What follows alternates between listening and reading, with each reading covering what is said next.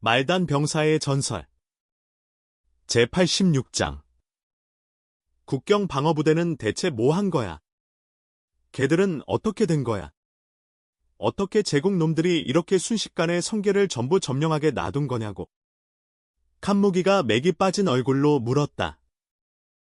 정보장교는 울상으로 고개를 떨구며 말했다.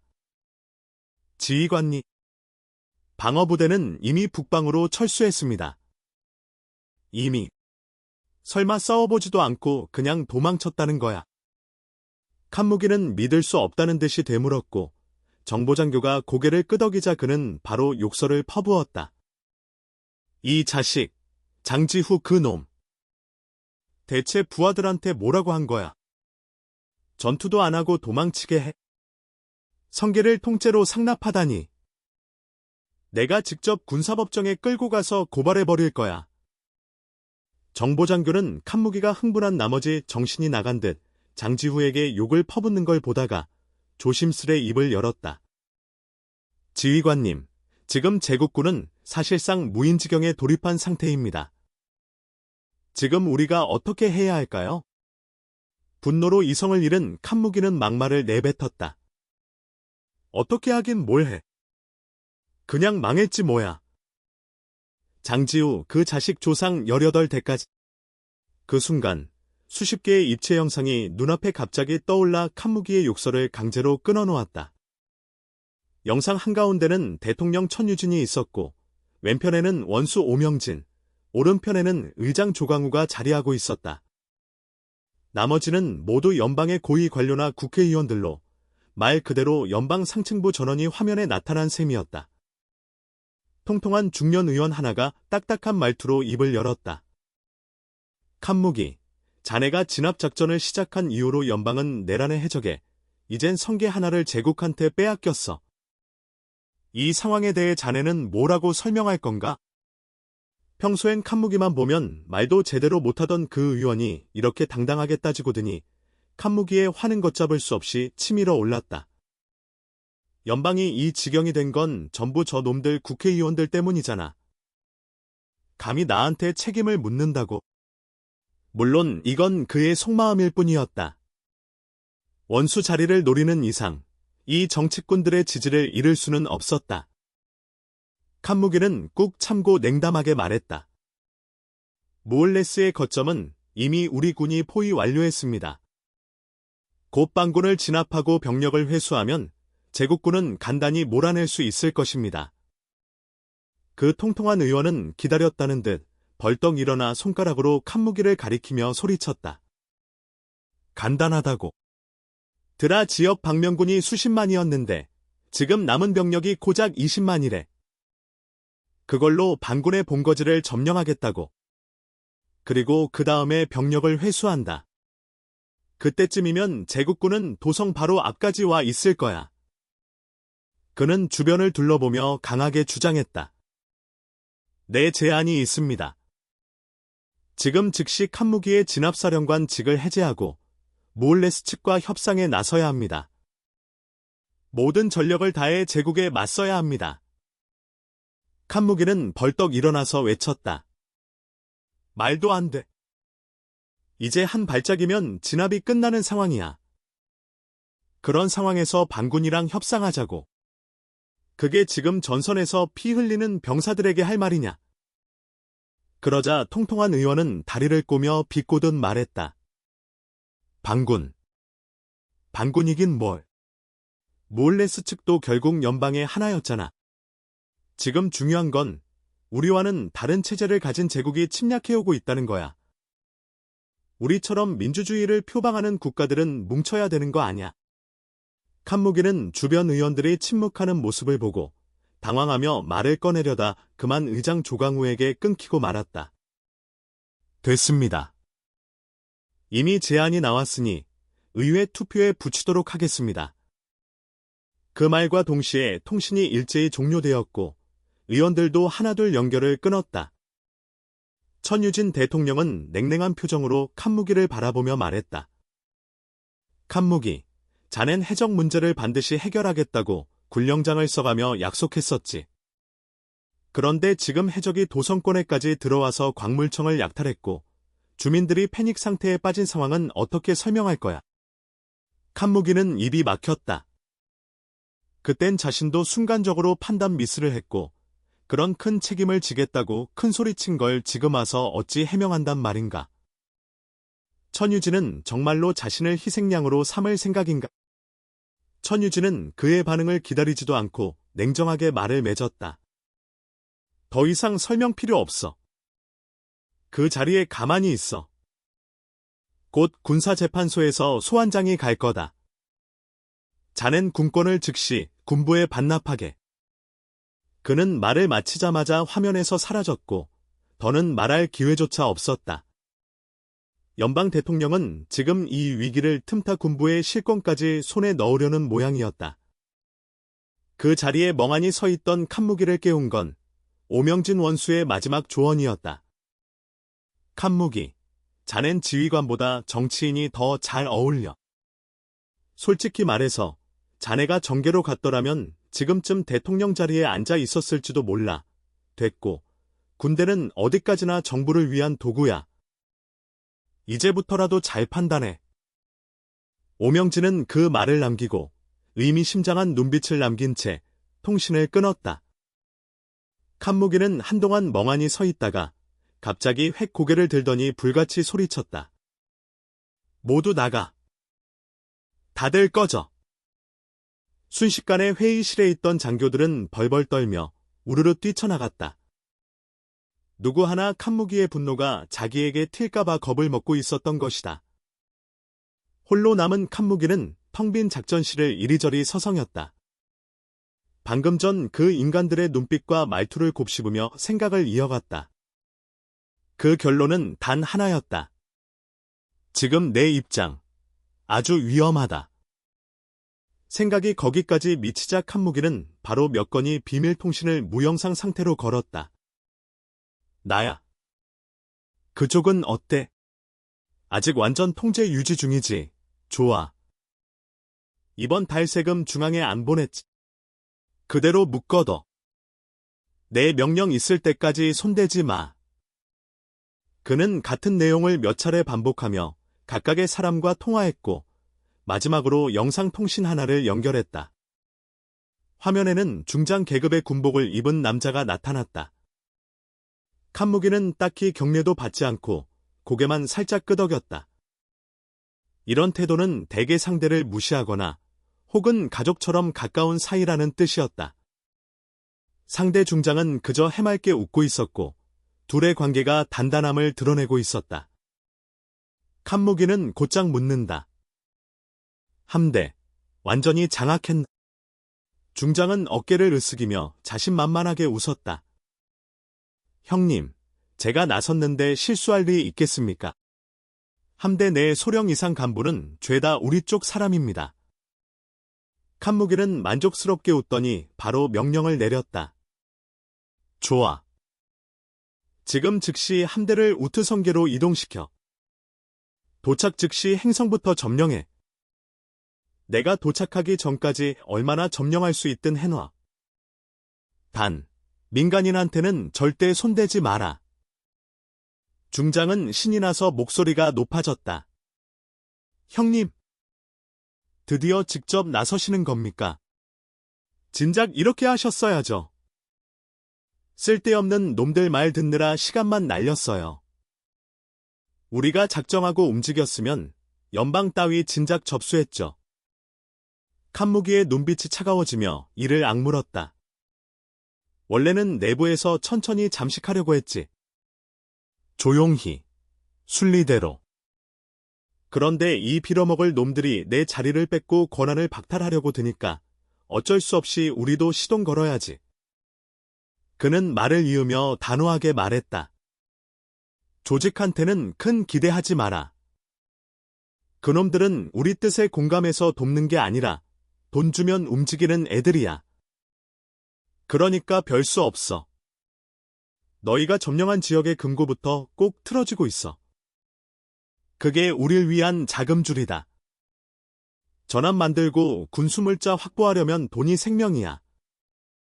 그리고 거기 주둔 중인 몇몇 행성장들과는 이미 연락해서 조율해놨다. 우리가 움직일 때 가장 먼저 지지 표명하게 해뒀으니까 걱정 마라. 나머진 내가 직접 가서 마무리하지.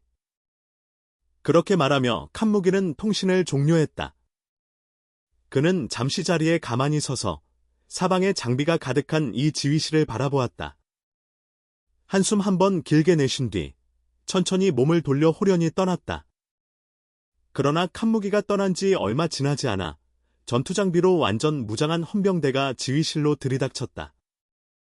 그들은 행성 전체를 샅샅이 뒤졌지만 칸무기의 그림자조차 찾지 못했고 결국 엉뚱한 몇 명만 잡아가야 했다. 한편 전장을 수없이 누벼온 위강역은 지금 목성 근처 하우스 성계에 위치한 제1연 합함대의 전단 위에 있었다. 그와 함께 있던 레이안과 비태운 두 지휘관은 위강역의 기함에 탑승해 있었다. 이들은 지금 역사적 순간의 증인이 되기 위해 모인 것이었다. 모든 병사들의 시선은 위강역에 높이 치켜든 손에 집중되어 있었다. 수십만 척의 전함포물은 이미 하나의 행성을 조준하고 있었고 위강역의 명령 한마디면 그 행성은 그대로 지도에서 지워질 상황이었다. 한편 네이스 연방의 대통령궁은 온통 패닉이었다. 여기저기서 사람들이 뛰어다니며 혼란에 빠져 있었지만 그 중심에 있는 무올레스는 느긋하게 소파에 기대어 홍차를 마시고 있었다. 그때 대통령궁 경비대장이 헐레벌떡 달려오더니 외쳤다. 대통령님, 적군이 설정한 항복 시한이 다가오고 있습니다. 우리 군은 아직 수천 킬로 밖인데요. 어서 도망치셔야죠. 이러다 늦습니다. 무올레스는 홍차잔을 내려놓고 자신의 민둥머리를 쓱쓱 쓰다듬으며 여유롭게 웃었다. 뭐 그리 급해? 너 혹시 모르냐? 제국이 이미 해골성계를 점령한 사실을? 경비대장은 거의 뛸 듯 소리쳤다. 아이, 대통령님. 실은 그 은흥제국이 말라연방을 쳤든 말든 그게 우리랑 무슨 상관이냐고요. 지금 당장 떠나야 합니다. 그는 속으로 대통령 비밀경호대한테 총 맞기 전에 나 혼자 튀고 싶은데 란 생각을 필사적으로 억눌렀다. 후후, 왜 우리랑 상관없다고 생각하지? 모올레스는 천천히 웃으며 탁자 위에 놓인 팩스 한 장을 손가락으로 가리켰다. 여기 봐, 이건 말라연방에서 온 공식 평화협정서야. 나는 이미 서명까지 마쳤지. 평화, 협정. 경비대장은 말문이 턱 막혔다. 지금 적 본거지를 코앞에 두고 협상을 한다고. 그것도 외적이 쳐들어온다고 해서. 그의 머릿속은 혼란 그 자체였다. 만약 자신이 말라연방 고위 관료였다면 분명 일단 네이스 연방부터 무너뜨리고 나서 외세를 막았을 것이다. 아니, 그게 상식 아닌가? 전투 치르느라 쓴 자원과 인명 낭비가 얼만데 이렇게 허무하게 마무리하면 대체 뭐가 남는단 말인가? 하지만 그가 혼잣말처럼 생각하던 그 전략적 판단은 바로 그 시각 말라연방 의회에서 실제로 언급되고 있었다. 대통령 천유진은 칸무기의 직위를 박탈하는 데는 동의했지만 무올레스와의 평화협정에는 완강히 반대했다. 그 이유는 명확했다. 협정 1조에 네이스 연방의 독립인정기 명시되어 있었고 그 행정구역으로 드라, 스벤, 목리 세 성계를 포함한다는 내용이 담겨 있었기 때문이다. 은하 최대 대국을 꿈꾸던 천유진에게 이런 조항은 결코 받아들일 수 없는 굴욕이었다. 그러나 의회의 다수 의원들은 이미 생각이 달랐다.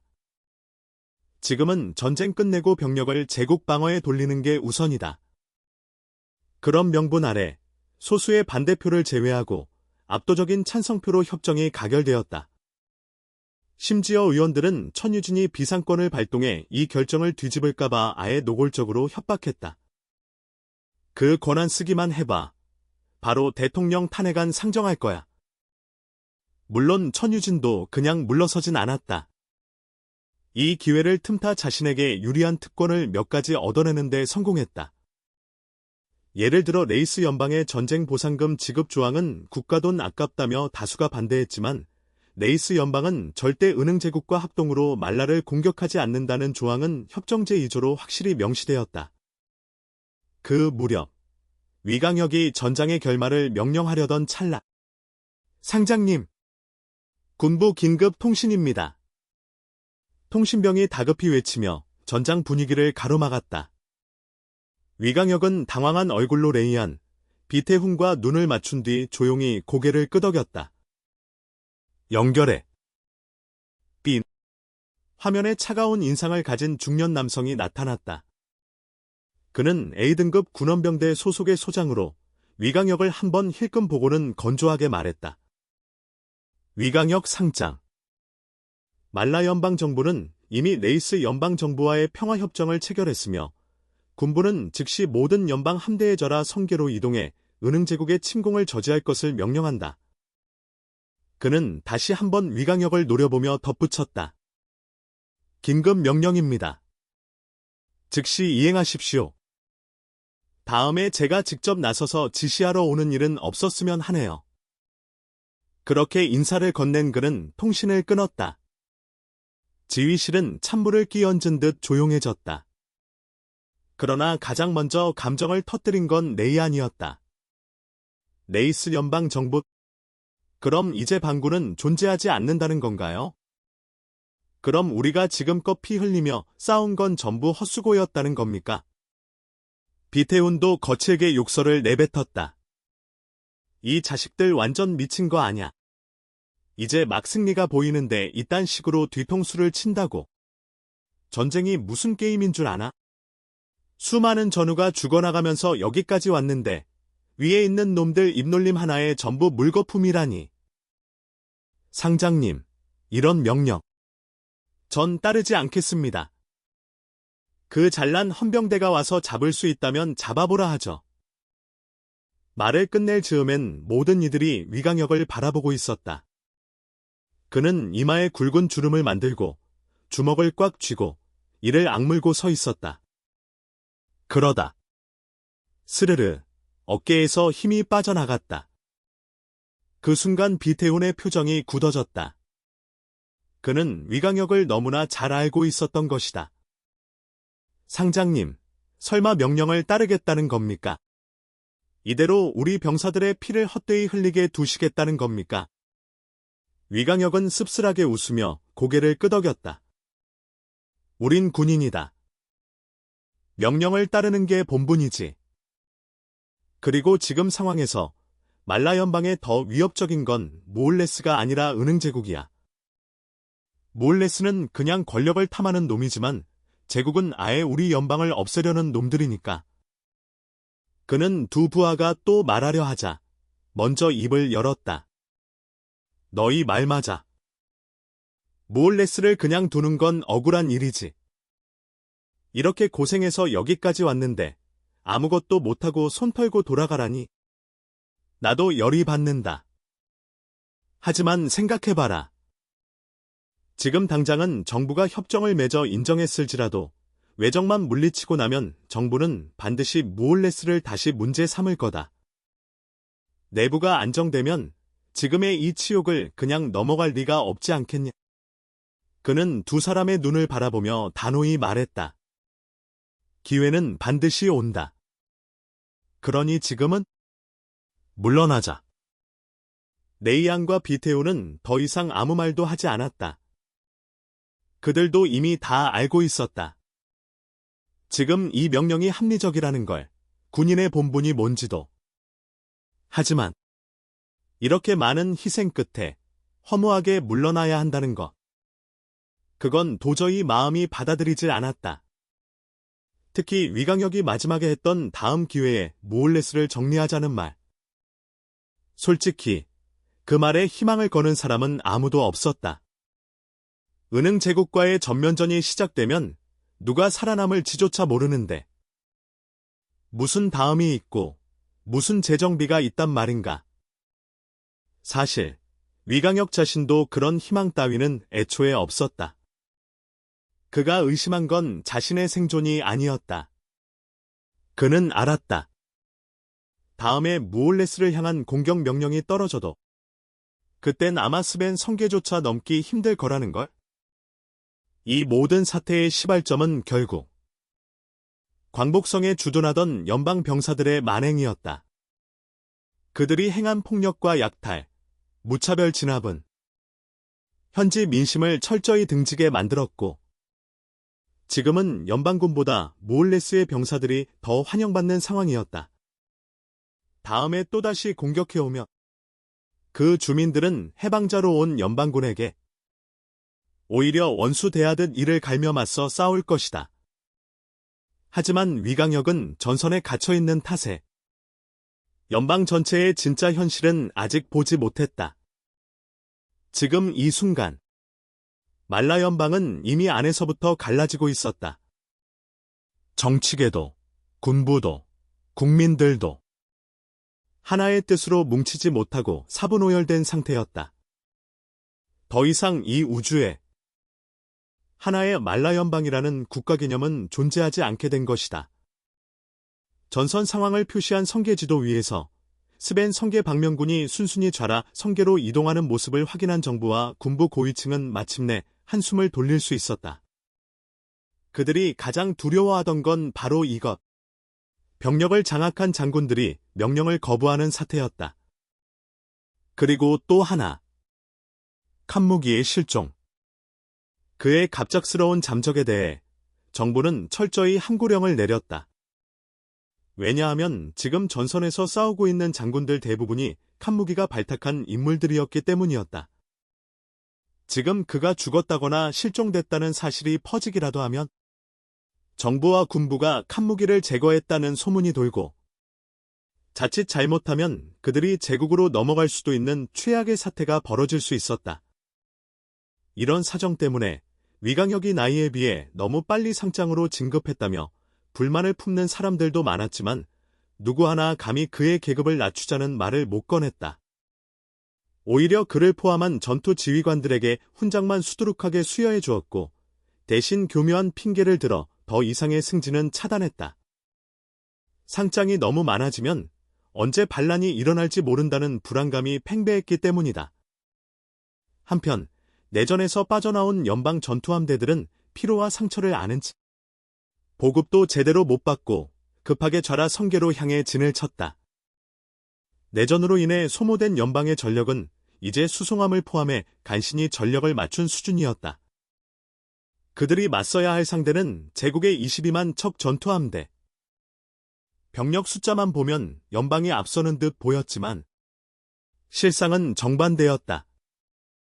연방은 낡고 작은 함선들의 피로 누적된 병사들 뿐이었고 제국은 장비도 병력도 오직 정예 중의 정예만으로 구성된 최강 부대였다.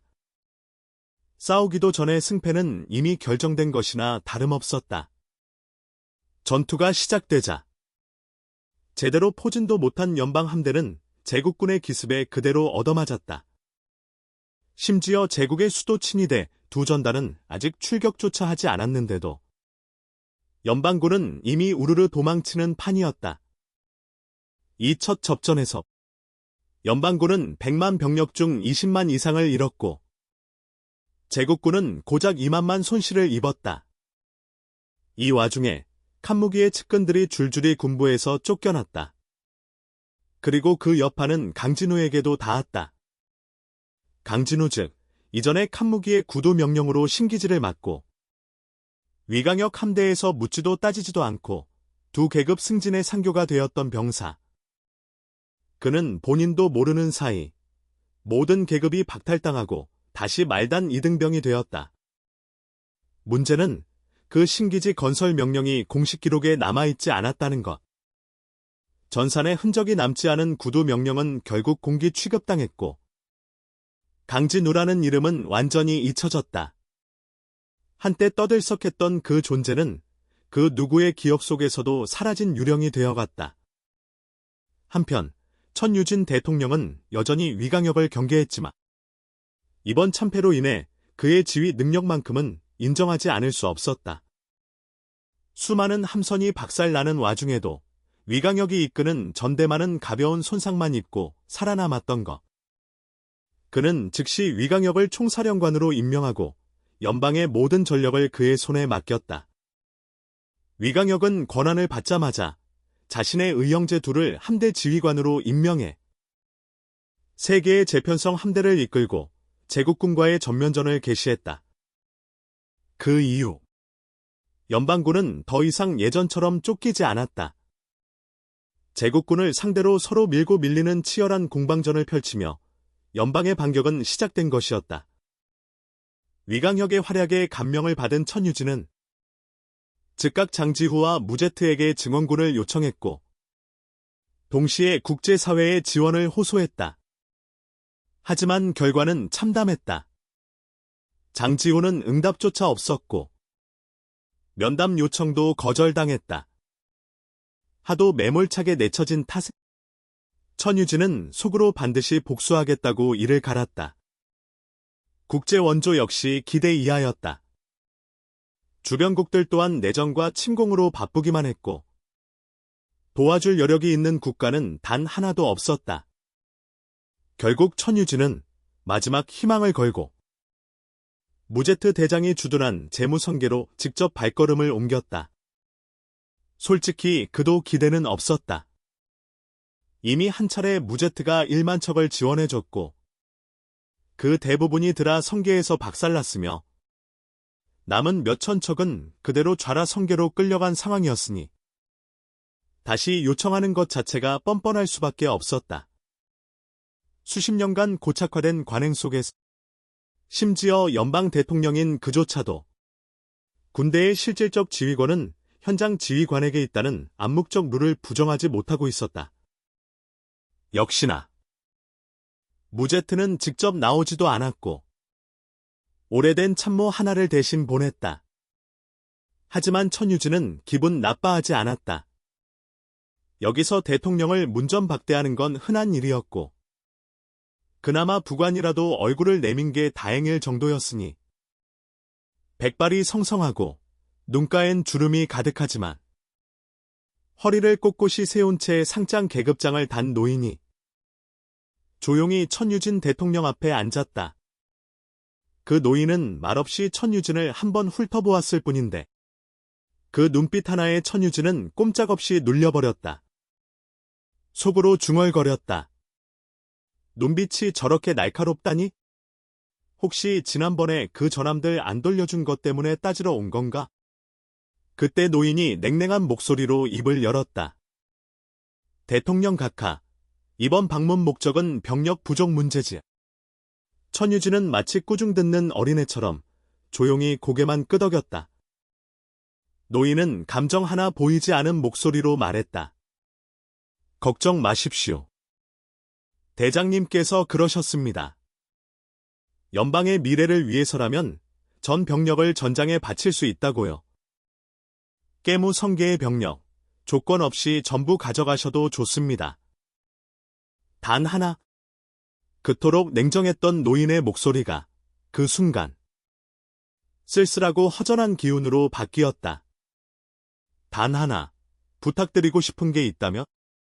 그 병사들, 나라 위에 헌신한 이들을 아껴주십시오.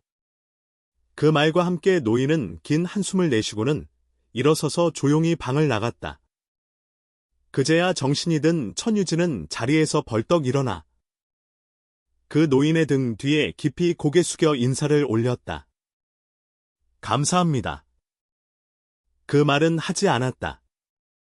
왜냐면 지금 이 순간 서로가 같은 목표를 위해 움직이고 있었기 때문이다.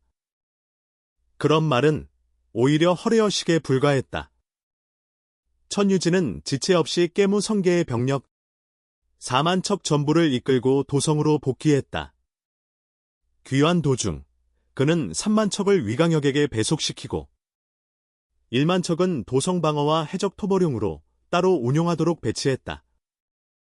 칸무기의 실수를 반복하지 않겠다는 의지였다.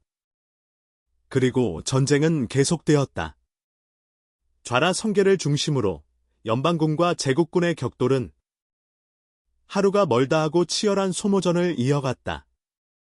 위강역의 지휘 아래 연방은 하나하나 잃어버린 별들을 되찾기 시작했다.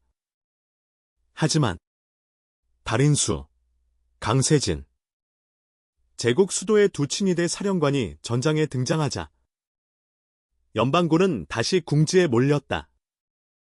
두 사람은 최첨단 고급 전함들로 구성된 엘리트 함대를 이끌고 좌라성계에서 연방군을 다시금 몰아냈다.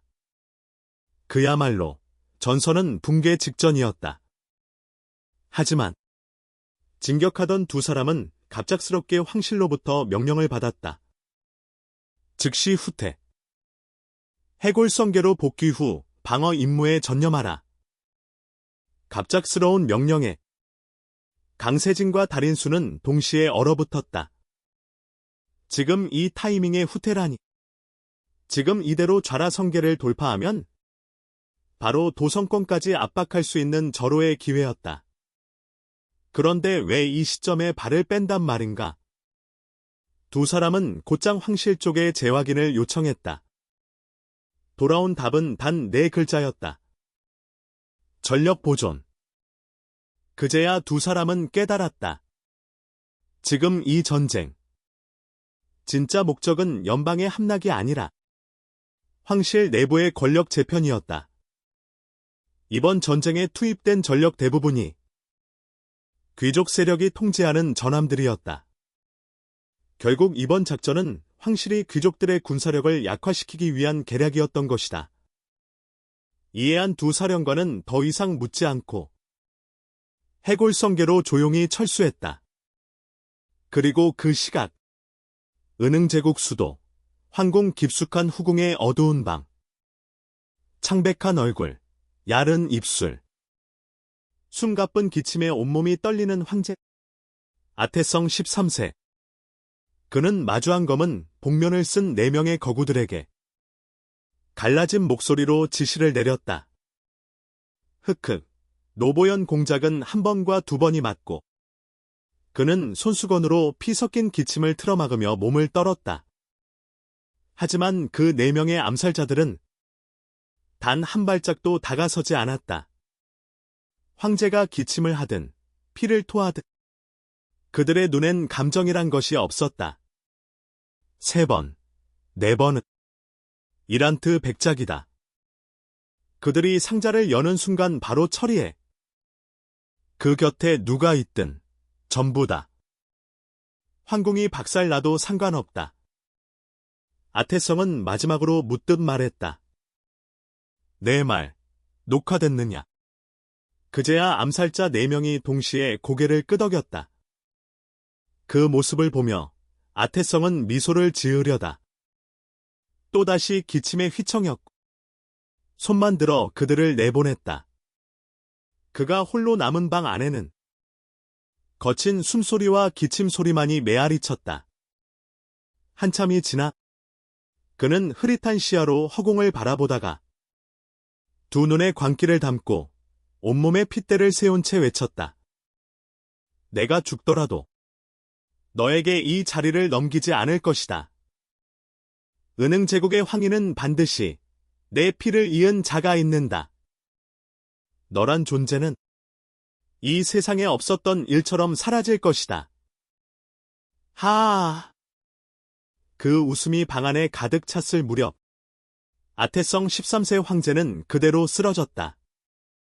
영영 다시 일어나지 못한 채 다음 날 아침 황궁 시녀들이 쓰러진 황제를 발견했고 은흥제국을 40년간 지배한 황제가 숨을 거두었다는 소식이 세상에 퍼졌다.